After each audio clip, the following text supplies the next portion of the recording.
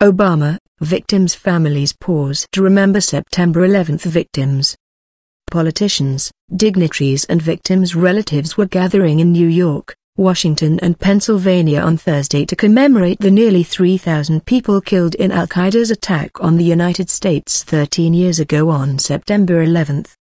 In what has become an annual ritual, the names of the victims will be read aloud at a ceremony in Lower Manhattan, punctuated by moments of silence to mark the times when each of the 4 hijacked airliners crashed and the World Trade Center's Twin Towers fell. President Barack Obama is due to speak at the Pentagon during a private ceremony for relatives of the people killed in the attack on the headquarters of the U.S. Defense Department by the Islamist militant group.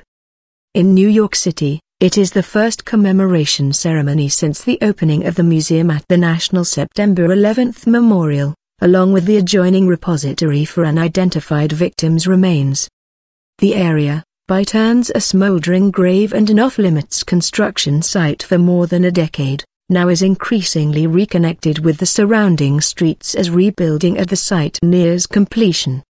Larry and Rachel Meltzer arrived an hour before the ceremony's start, carrying foldable chairs and wearing badges that bore a picture of Larry's brother, Stuart, who was a trader in one of the towers when he was killed. "It's hard to believe it's been 13 years, Meltzer said before heading through the security checkpoint. "As far as the pain, I never forget and it never diminishes."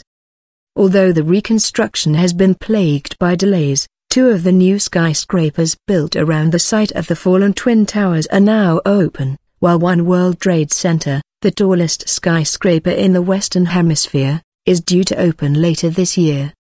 While Lower Manhattan may look and feel different this year, the external threat to the United States represented by the September 11 attacks remains. The United States and its allies see Islamic State, a group that began as an offshoot of al-Qaeda, as an increasing danger. On Wednesday, Obama said he had ordered an aerial bombing campaign on the group, which has seized large parts of Iraq and Syria and released videos of beheadings of 2 American hostages. The only ceremony open to the public is at the Flight 93 National Memorial in Shanksville, Pennsylvania, where one of the 4 hijacked airliners crashed.